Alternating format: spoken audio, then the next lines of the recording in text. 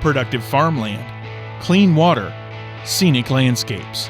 How can Missourians protect these resources for future generations? In 1984, Missouri voters passed the 0.1% state sales tax to fund new programs to control soil erosion, improve water quality, and maintain our state parks.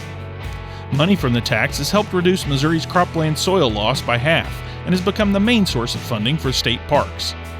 The tax has been renewed by Missouri voters 3 times in the last 32 years, and it's up for renewal again in 2016.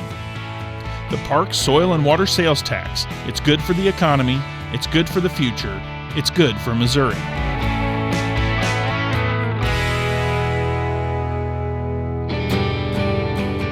Thanks to support from the tax, Missouri has saved millions of tons of soil over the past 30 years. Farmers apply for project funding to make soil and water improvements on their land.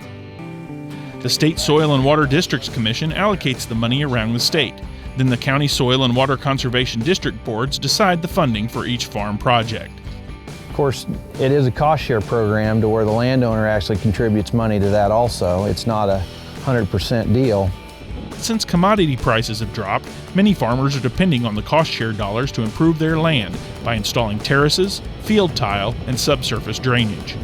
A lot of guys aren't doing a lot of stuff on their own. They're waiting, taking advantage. They're calling saying, hey, get me on the list for next year. We're going to try to sign up to get cost share dollars. To where a lot of them guys would have done a lot of the smaller stuff on their own, but it's cost prohibitive at this point. Over the past 30 years, revenues from the sales tax have provided over $660 million to landowners, which funded nearly 220,000 projects, saving 177 million tons of soil. A few years ago, the bottomlands on Jarrod and Bobby Simpson's property were in danger of being overgrazed by their 650 head of cattle, due to a lack of water in the high ground. Over the last 7 years, they've used cost share dollars to address these problems. By fencing off portions of their property and running fresh water to those areas, they can implement rotational grazing practices for their cattle. In the summer times, they're on better stands of grass because they're not overgrazed. In most cases, most of our pastures get 30 days to rest. By the time they get back on it, it's back, it's had time to rest and it's not overgrazed. So they're gonna be in better condition going into winter. It's not a handout, it's improving the environment, it's helping keep our waters clean. Keeping the land viable for future generations is the Simpsons' goal, and the state park soil and water tax is the tool to make that happen. I built the land base, and now he's trying to take that same land base and make it more efficient by doing these cross fences and these water projects so we can bring the next generation in when the time comes.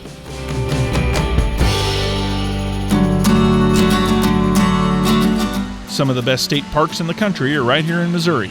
From the scenic trails at Rockbridge Memorial State Park to the trout streams at Bennett Spring, Missouri consistently ranks among the top parks nationwide.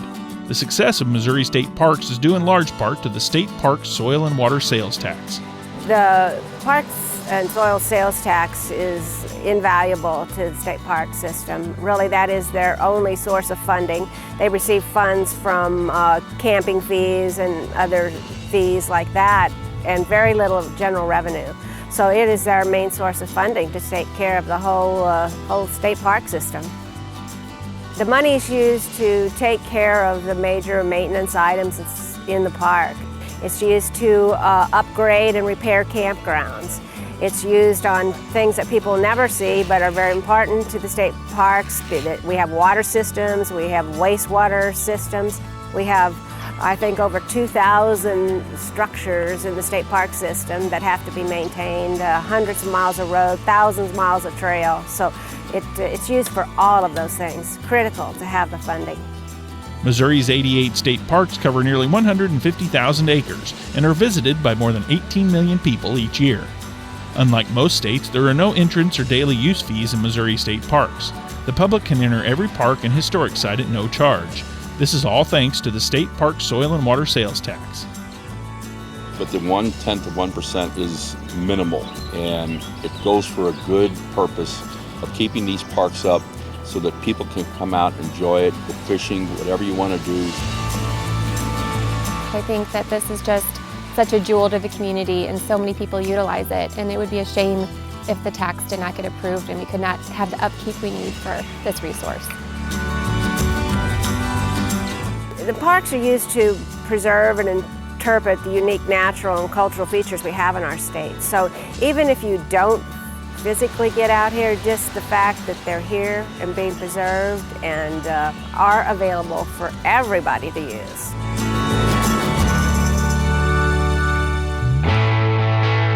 The 2016 State Park Soil and Water Sales Tax Renewal. Let's keep a good thing going.